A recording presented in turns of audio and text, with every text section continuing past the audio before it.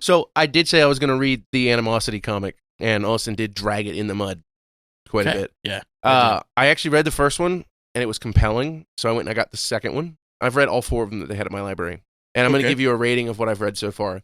I'm not giving this comic any kind of good review. Okay. The world building and the generalized story, 10 out of 10. It is phenomenal. It's great. Art style, 8 out of 10. Really, really good. Okay. Some drawbacks to it. And I don't think it is actually the artist's fault. I think it's the person who did the direction, the art direction, and they wanted like certain scenes put in certain ways. The main 2 characters are holy shit, I can't remember her name. I think her name's Jessie Hernandez. Yeah, that's what it is. And then Sandor the dog. I'm gonna give them both like a 4 out of 10 as far as like characters go. The dialogue between them is just piss poor.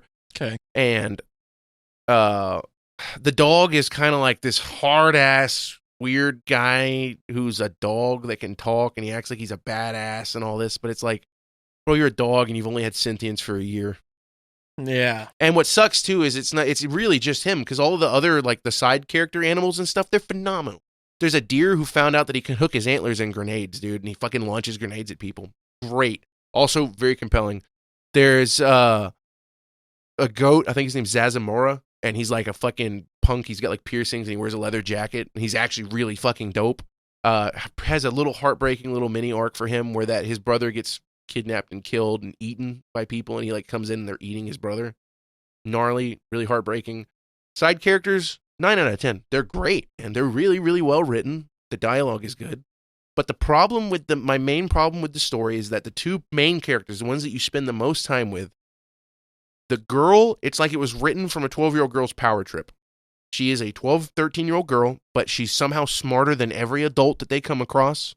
And it's like weird shit. She can lockpick. She can hotwire cars. She fucking knows all the sciencey shit. And she has like philosophical fucking debates with people. And I'm like, man, you could have, I'm fine with whatever. You know, you want to make this an interesting character. But she just doesn't really fit into the setting as much. Gotta fucking humble yourself, bitch. A little bit, yeah. A little bit, yeah. They kind of really make her the superhero who's not a superhero kind of thing. And I think it's just main character syndrome, really, you know? They're like, she's the main character, so she has to go through all of this really. Some of it's gnarly. Some of it's really fucking gnarly. And I think I'm going to do a detailed YouTube review on my own personal channel about it because I really did love it, man. And there's more. I'm going to get more, and I'm going to continue reading it because the creator, the lady who did create all of the plot and everything, she did such a phenomenal job. The world is amazing. And in the back of one of the books, they have like what's happening outside of the U.S. And it's like fucking 10 pages of this is what's happening in Africa. This is what's happening in Asia. And it's not all the same. It's these very unique and really cool shit. Some of it I want to read about, like in India and it might have been in North Africa. It was either in North Africa or India and South Asia where that an elephant took over. And it talks about, elephants are really smart. They practice religion. They're really peaceful. They do all this stuff. And she's unified. She's got people working together. And then there's also a breakdown of what's happening in each individual state in the United States. You know, in this state, the fucking cows took over. They killed all the dairy farmers, and they're currently running. And the only way you can get milk is they have to barter with them. Now you got to work with them. It's cool. Get a little bit of world building. This is what's happening in Wisconsin. Cool. In Virginia, there's a fucking vulture that can spit acid on people, and it's taken over.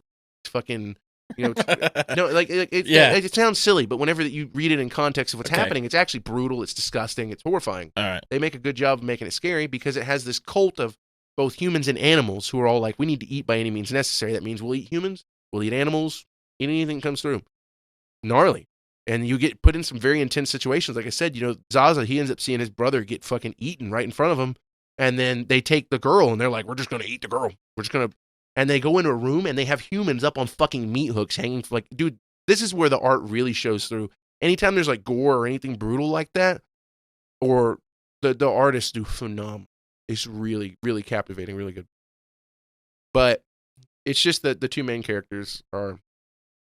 And then it's like. Just like character development is ass? Or? Yeah, and it's not even just that. It's like the dog kills the girl's parents to get her away.